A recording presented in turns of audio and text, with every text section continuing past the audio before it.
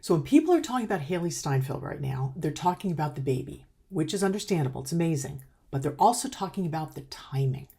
They're asking the same question that we always ask at moments like this, especially of famous people. Why now? Like, from the outside, it looks like she's at the peak, right? She's got career momentum, both in her music career as well as in film.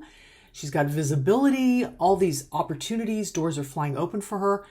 So the assumption is that you build that first and then you add life later. But from my perspective, that assumption is where most people get it all turned around, because success is not about sequencing. Sometimes, but basically it's not. It's often about integration and recognition. So Hailee didn't wait. She got married, she had a child, and not after everything slowed down, but actually while things are still moving. And that's what makes people uncomfortable, because it's like, well, wait a minute. She's got all this going. Why is she stopping that? Why is she, going in that direction? Because we've been taught that life has to happen like in this order, in this particular sequence. First, you establish yourself, you get your education or your training, you establish yourself, and then you stabilize. Then you allow for anything that might disrupt that trajectory or your dreams or the vision that you're moving toward, right? But here's a question. What if that order isn't actually necessary?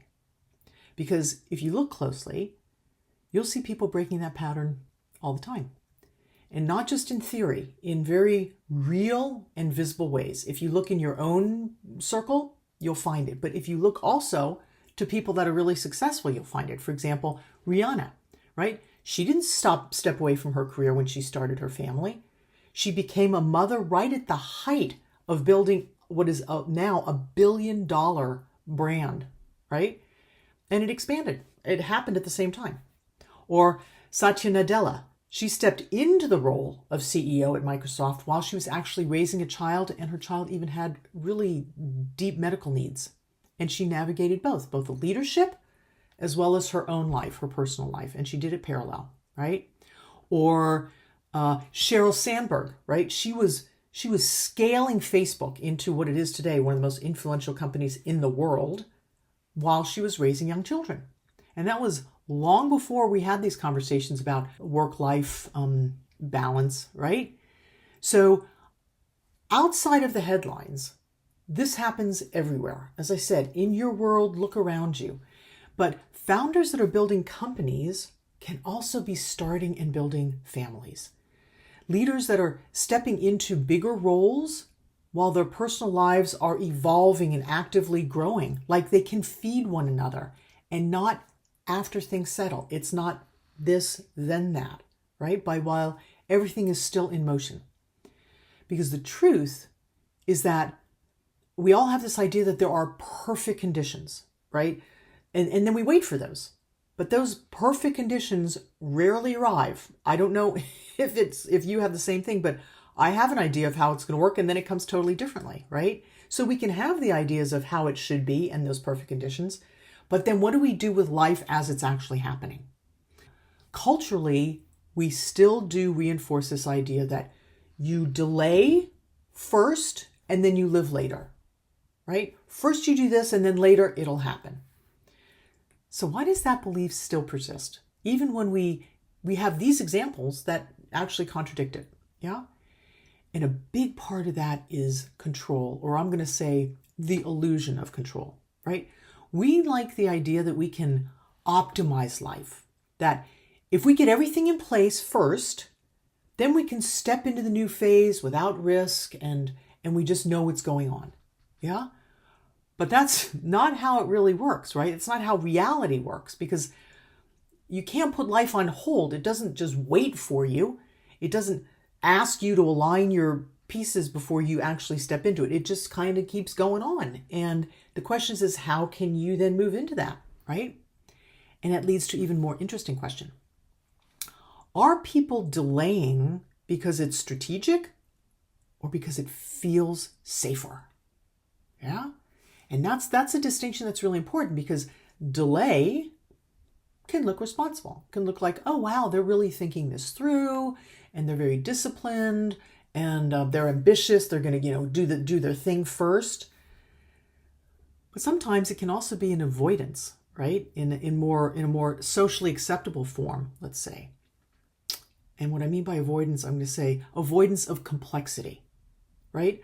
Avoidance of changing your identity or what you've been aligning yourself with, or avoidance of things that you can't fully control. As I said earlier, right? This idea that we can control the circumstances.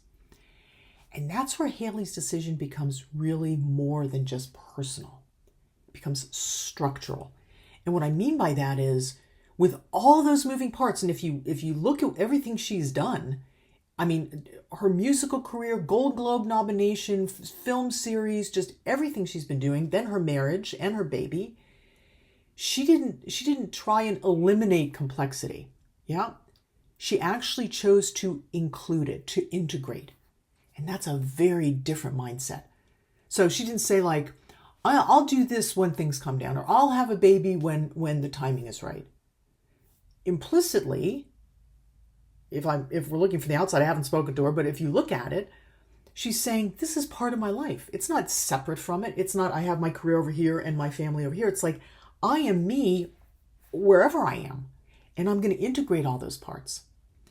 And that doesn't mean that it's easy by any means. And she's even spoken openly about all the emotions that come up in pregnancy. Like, there's a lot that happens, yeah? And the uncertainty of having a child, and the mental adjustment of not only becoming pregnant, but also turning toward parenthood, and all of the internal adjustments and shifts that take place. So this is not a story about taking an easy path by any means. But that brings up another question. If it's not easier, why would someone choose to do it that way? And the reason is because success is not just about the output. It's about authorship. It's about who you are. I've always said that success is not what you achieve. It's literally who you are. Who decides what your life looks like, and what components are involved, and how do they play together, and in what proportion do they play together, and when? So if your definition of success only works under ideal conditions, then it's not actually your success, right? It's dependent, it's conditional on those circumstances.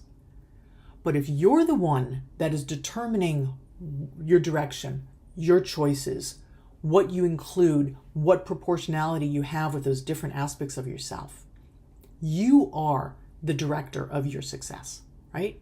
And we can see this across all kinds of industries and leaders, right? There are people who they delay relationships for their career. They're married to their career, right? Or they ignore their health because they've got something going and momentum. Or they postpone their personal goals because something is stable, right? They have a vision, but man, things are solid right now. I'm not going to move on it. And it's always the same promise. I'll get to that later, right? You've heard people say, when I'm this age, or when that happens, or whatever the next thing is. And sometimes it's prudent to do that. Sometimes it's prudent to have a plan of sequence. But for the big pieces, it's usually thought of in a linear format. Like, I have to do this before I do that. And that's not so, right? Because the question then becomes, what are you actually protecting by waiting? There's something that you're keeping safe, if you will. And Hailee's choice doesn't reject ambition by any means, but she's actually reframing it. Because ambition doesn't mean you have to narrow your life and focus only on one thing. Focusing is important. But you focus on one thing while you're doing that one thing. But you're multifaceted, right? It can also mean expanding your focus or including other things while things are still in motion, while things are happening. And that's actually where the real tension is, because expansion requires a different kind of capability. It's not just discipline. As I said earlier, it's integration. And that can be challenging. I don't want to say challenging. That is a skill set. That is a ability that we can groom, but we're usually not taught. Yeah, we're taught We're taught how to focus and how to optimize and also how to prioritize. And all of those things are useful. But we're actually not taught how to hold multiple facets of ourselves at one time and integrate them without collapsing into one in order to support the other. Yeah? So we have learned that we have to separate them, and we have to put them in these compartments, in these categories. And I always use nature as an example, right? Because if you look, for example, you see a tree, you got the trunk, the branches, and the roots. But if you go into the roots, it's so integrated with rocks and worms and mycelial fungi and so forth. Or you look at the branches that are hosting lichen and moss and all these things and insects and birds. So it might look like it's one thing, but it's integrated. It's part of its environment. And we're the same thing. We're in an integration of multiple facets of ourselves. So we seek to control circumstances or parts of ourselves because we have leaned away from that integration, from that complex wholeness. But what if that which we've learned to separate out and categorize is actually limiting what's possible? So from my perspective, one of the biggest shifts in leadership right now is moving from linear success to what I guess is being called layered success. Yeah. So it's not, I'll be this now and that later, but really I can be more than one thing at the same time. We can call that layered, or we can call it multifaceted, that it all is existing and happening at the same time. And that does require intentionality, because I'm not talking about getting scattered and unfocused at all, but it's being intentional about the different aspects of yourself. And then how do you integrate that? How do you choose to bring those together so they can dance together and live your life from that kind of rich complexity? And, there are trade-offs, and delays also have trade-offs. The trade-off in this is that it requires intentionality and maybe some more logistical adjustments, right? Especially if you have kids. It takes a lot of organization to do that, and a career with that. There's a lot involved in that. So we come back to my original question, why now? And actually, I think a better question is, why not now? If something matters to you, why do you have to wait for a particular version of your life in order to let that happen? And that perfect version, as I said earlier, and I'm sure you know, it never really comes that way. So why wait for that?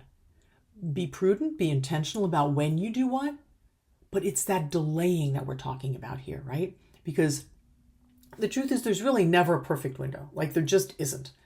And if you are willing, that's the whole foundation, right? If you're willing to hold that complexity and redefine your version of success, how it looks for you, and you get to do that. Nobody else gets to define that for you.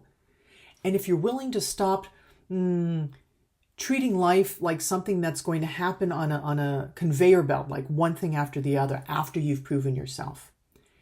If you're willing to just step into the complexity of who you are and live that, that's what makes it interesting. And that's what makes it interesting about Hailee, because it's not about a baby and it's not about timing. More specifically, it's about who gets to decide. So here's something you could sit with. What are you, in your own life, what are you currently delaying? And not because you have to, not because logistically there's a reason for it, but because maybe it feels cleaner or safer to wait. Just ask yourself that question. You don't even have to do anything with it, but just sit with it. Because sometimes what we think is discipline or prudence can also be deferral. It can just be putting things off. And sometimes the more powerful move is to not wait until everything aligns, but to jump in. Allow things to happen while you're already in motion and see how that goes. Try it out. So if this gave you something to think about, go ahead and subscribe, because this series is not about surface level success. It's about understanding the structures underneath and questioning the assumptions that most people don't even realize that they're following. Thanks for listening. Till next time, be well.